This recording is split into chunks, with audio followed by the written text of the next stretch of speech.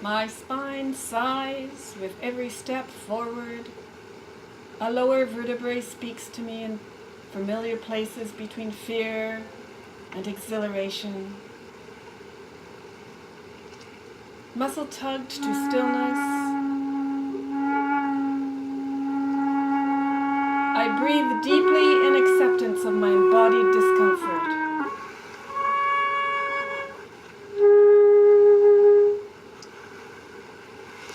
I introduce inquiry of disruption to an already questioning body, anticipating forward motion, as invitation to new poetic listening, new ways of being who I am. I count my inhalation, which I send as visual comfort to strains of shaped pain. Breathe yang in. 1, 2, 3. Hold to feel. Open access to tightness from vertebrae to sacrum. Contentious spaces between pelvis and hip. And slowly exhale to 4, 3, 2, 1. Find natural breathing. I am my perfect self, the yogi says. Life is breath and breath is life. I invite life to my pressing heart and exhale tranquility into my pulsing hip pressing. Intention is change, I hear the yogi say. Intention. I observe my performative mode sink into familiar postures of sensitivity to others' energies. In the past, back straight, flute in hand, orchestra members all around tense, with expectation, shallow breathing, waiting for the conductor's entrance, and I force focus to here and now to my imminent introduction as instructor for a university writing intensive course. I do not find tranquility in my concentrated breathing when I pause before approaching the fusion and confusion of chatter of students who arrive at my course between practicum semesters, high school English teachers to be. I search inward to my body's invitation. Be still, the yogi says. And in stillness there is wakefulness. In rest there is restoration.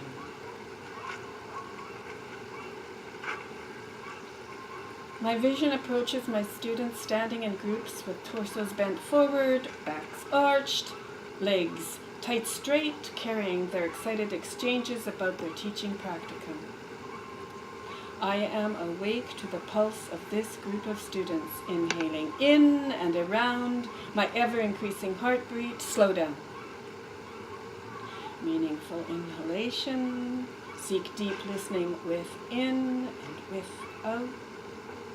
I shift my bag's weight to fascia heavily knotted below my shoulder to open paradox of my embodied purpose, where I am headed with pieces of interpretation and reinterpretation.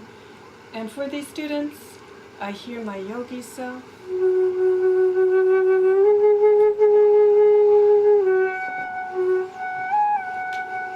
Yoga is release of effort, expectation, efficiency, excellence.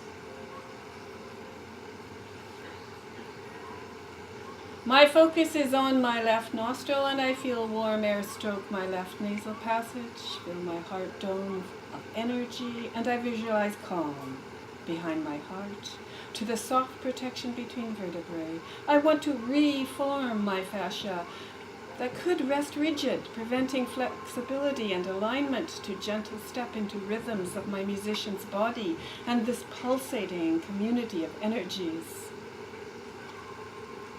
I move into 5 fused bones of my sacrum, perfectly formed as no others, perfectly tuned as no others, sound solid base of my spine. With revision, I transform past sudden moments of impact, harsh intrusion of metal and plastic, crashes of place and pace, car, care, speed, mistakes, softened memories, pliable shifts, like gears, like keys, and I feel tonality regenerate in mediation, meditation, transmediation, accepting places and spaces where I trust my body's narratives in vividness to feel through performance, beyond judgment as my musician self, to potential sound, my photographer's reinterpretation of shutter speed, sensing sun shifts to perform a game shift. From E minor, E for effort, to A major, A for acceptance, awareness, aliveness, my body's alignment.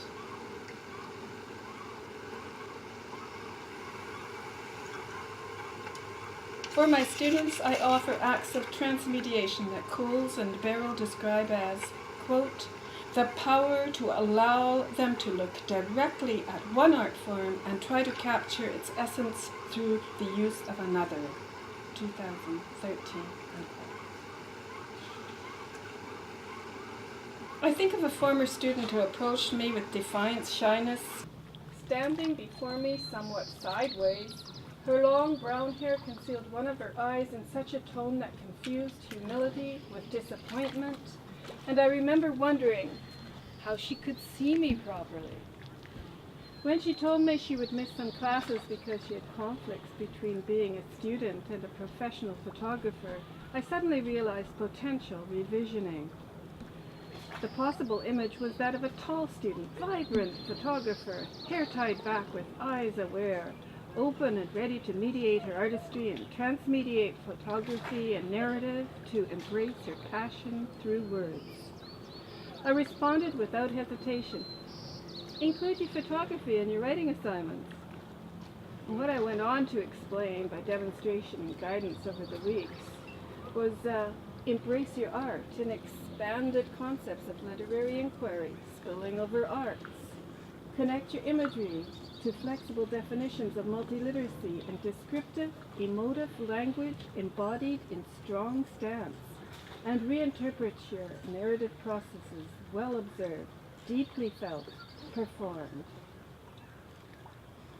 The photographer English teacher to be carefully prepared well-oiled class presentations as she stiffly, quietly, and cautiously chose words around imagery in slideshows with narratives of distant and lonely description, perception of her definitions of literacy.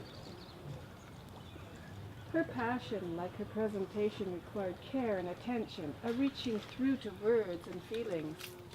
Synchronicity, embodied struggle to press in and through aesthetic posturing, imitate photographic art storying. Her posture was far from malleable and was slow to reform, rejoin, rejoice. Yet she persisted in growing commitment to aesthetics and arts through multiliteracy. Riskful, my former student finally shared a series of photographs of a friend who was seriously ill. My student began to listen to her narrative through her art, photo after photo, with accompaniment of several script revisions, as she began to perform new postures of emotions that sustained embodied images of love.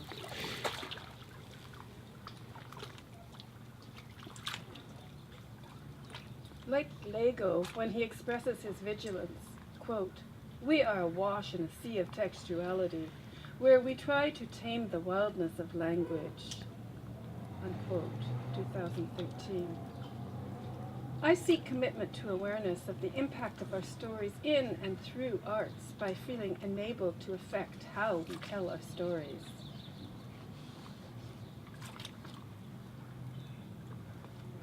At the doorstep of my new teaching assignment, at the foyer of my next performance, I take my own advice and listen more within my embodied story before I ask others to access my spaces of contemplation.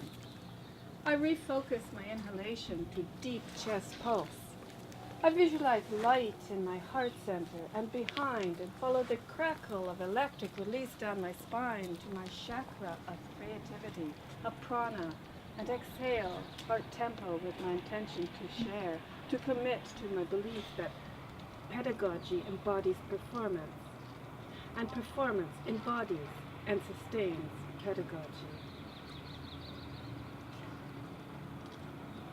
Healing is not performance, the yogi says.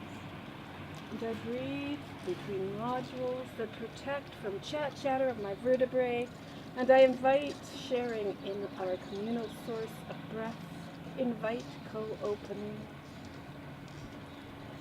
Before I introduce my musician self to my new students, I feel, as in moments before a solo, full depth of my intention.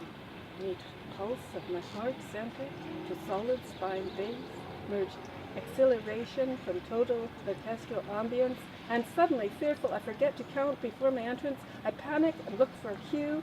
I feel beyond this university doorframe and find direction from rhythms in excited voices laced with anticipation and expectation. I want to be back in the orchestra and suddenly hear a sweet resonance beyond single sound, a solo in synchronicity of tone and pulse penetrating all players' timbre. I want to suddenly realize that soloist in perfect harmony is me.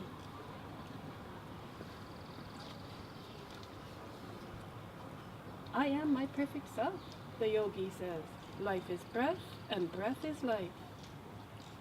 I invite life to my pressing heart and exhale, resume tranquility to irascible small talk of my back.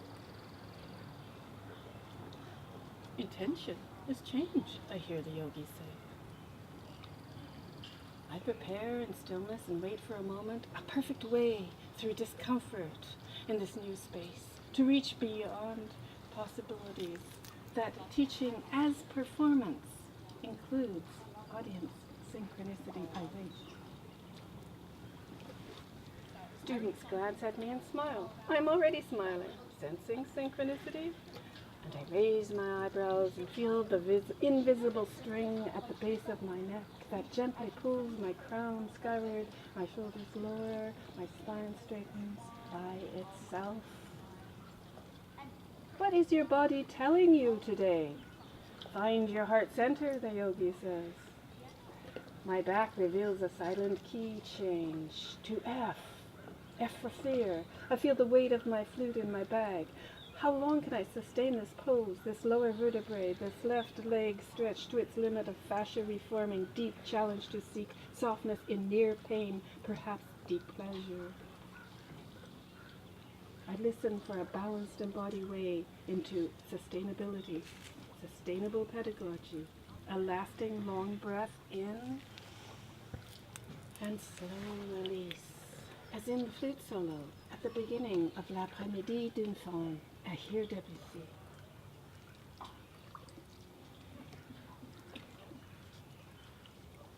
I become aware of humming vibrations as I exhale into open spaces in muscle tension opening. Open spaces beyond the physical around me. I accept meaningful silence. Forgive and control my impulsive need to use words immediately, any words. Release the need to seek, look beyond, because the answers are right here. Somewhere near. And I reflect on my next choice to express. Pedagogy transmits sustainability, and sustainability transmits and translates pedagogy. Live in your hearing mind, the yogi shares. I listen for a moment to the inhalation that seems to penetrate my neck below my left ear. I feel tense muscles turn right, then slowly left. Opening my vision there, I notice a group of 4 students chatting like good friends. My heaviness lifts slightly, and I smile again, thinking of these students as an orchestral brass section, so necessary for sustainability. Vital for a solid core, a responsive, malleable but strong spine, constant, reliable rhythm for every rehearsal, every performance. But I am not a conductor totally in charge of the ultimate impact of collective renderings of sound, the transmitter of the transmitted. sharing of individual narratives of knowing and living through our arts.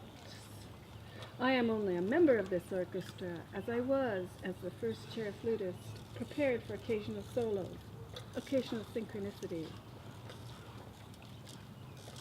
I listen to the four girls and find humor in knowing that stalwart brass sections often immerse their intensity in an ocean of sound that seem to drown out flute sound.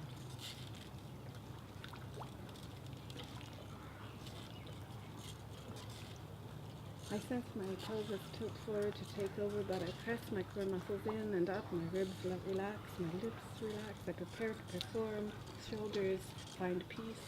I lean forward, kneel slightly bent to support my torso weight, and I drop my bag on the table. I realize I'm humming into the chatter that changes key to a soft, minor murmur, and I take my suitcase out of my bag. As if the movements reveal a rising organic pulse, layering through a waiting, curious audience, synchronicity. I feel eyes turn to me. My next performance seems to emerge from the small sinews around my sacrum, lying out of balance left to right. I feel cold silver on my lips, close my eyes to concentrate on my third eye, on my forehead between my eyes, my place of intuition, solid, blue sky, free from restraint. I perform into vulnerability and I sense surprise when I carefully assemble my flute sound into the realness of neutral gaze towards our self and other, not the obvious, not the expected, not the passive view. I tumble into uncharted aesthetic gaze as participant of inclusive choreography of meaning like Jean Vermaitra's challenges, dimensions of sound, movement, and space. Ballet Alberta fumbles with Sarah McLaughlin's songs into ecstasy.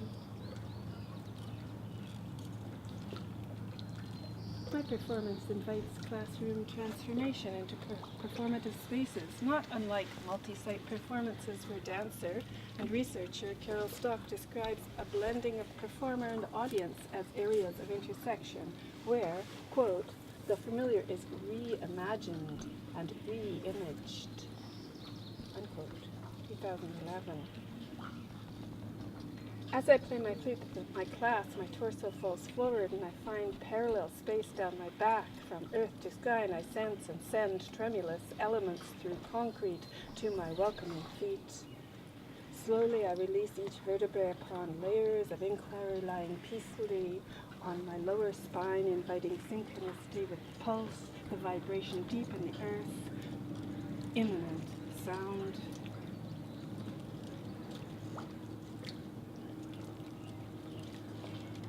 My fingers and tongue synchronize without thought. I close my eyes and imagine my body balanced on the edge of the wooden dock. Quote, I feel green, salt, opaque rush as I dive, saltful and completely at peace in the ocean.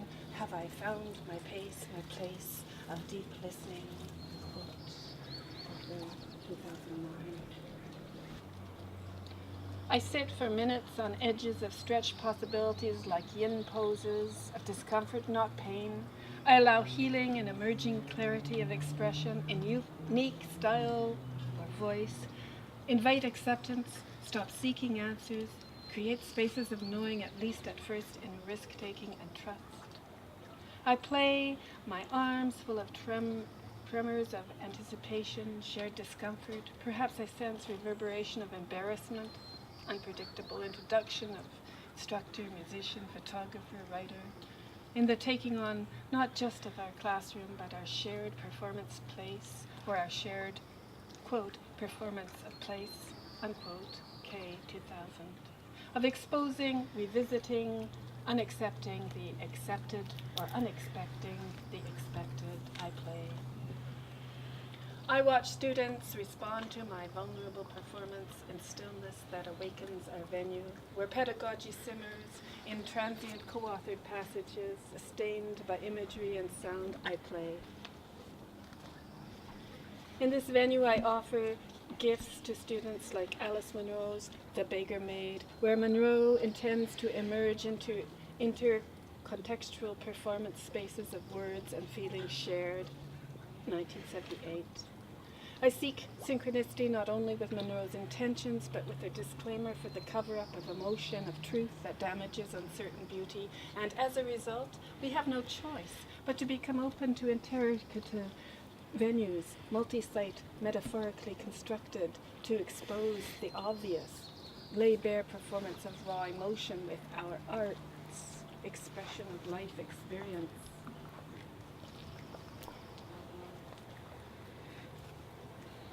Like a yin yoga pose, I feel unraveling, I feel revealing. I play, and think how Monroe's short story will invite narrative response that feels the pulse of pedagogy in every soundful transmission of meaning into contemplative spaces between literature and individual history. I will invite students to take on Monroe, write about their Patrick, their Rose, their lack of loyalty, blind love, years of grief, life of love. I will interrupt discussions of practical approaches to teaching English, to seek balance between correcting mistakes and inviting unforeseen, unexplained expression where meaning is a process. Laurie Nielsen Glenn refers to novelist E.M. Forrester, who wondered how he would know what he was thinking until he saw the words. 2013. In my assignment requirements after a live Shakespeare production, a Vancouver Bard on the Beach class field trip, I will suggest that some students engage with predictable writing genre, perhaps sonnet form or narrative essay. However, I think of another former student, a visual artist, poet, who responded to such a class assignment through pen and ink drawings on rice paper, a document of her late walk home alone after a Hamlet production, an artifact of poetic renderings, words and imagery of Vancouver in rain, shrouded by Shakespeare's haunting and merging of fear, loneliness, betrayal. I play my flute in danger of automatic synchronicity, co-performance without careful reflection. I thrive in the pulse of a common breath and seek to expose the danger of slipping into loose rhythm disassociated with our living histories, a force it attracts us to, conforming areas of easy, resting places of expression, expectation, and predictability. We are a community of writers, educators who have commitment to our ongoing reflective inquiry that Irwin et al. 2013 defines as fully taking on a way of being in the world and negotiating personal engagement in a community of belonging with commitment to creating practices that trouble and address difference. My flute finds moderate pace in my place with easy intervals in mid-octave, sustaining notes and, quote, challenging consecutive sounds of A 6 times with a repetition of purpose with a drive forward, a slight crescendo care, unquote, author 2009. I co-author a performance about everything that matters and everything that does not matter. Everything honest, deeply contemplative, non-judgmental, I play. I'm at one with the yogis breathing around me. I am at one with the feeling, sense of my poetry. I play songs that remind me I'm lost. On rock walls like solid bones, screeches of frightened pheasants take flight when I exhale pain like wild ponies racing with my heart captured in imagery by ancient ruins on top of a far-off ridge. I am lost on dried, dead grass prana without panic, without familiar signposts of my yin, and I wonder where we are.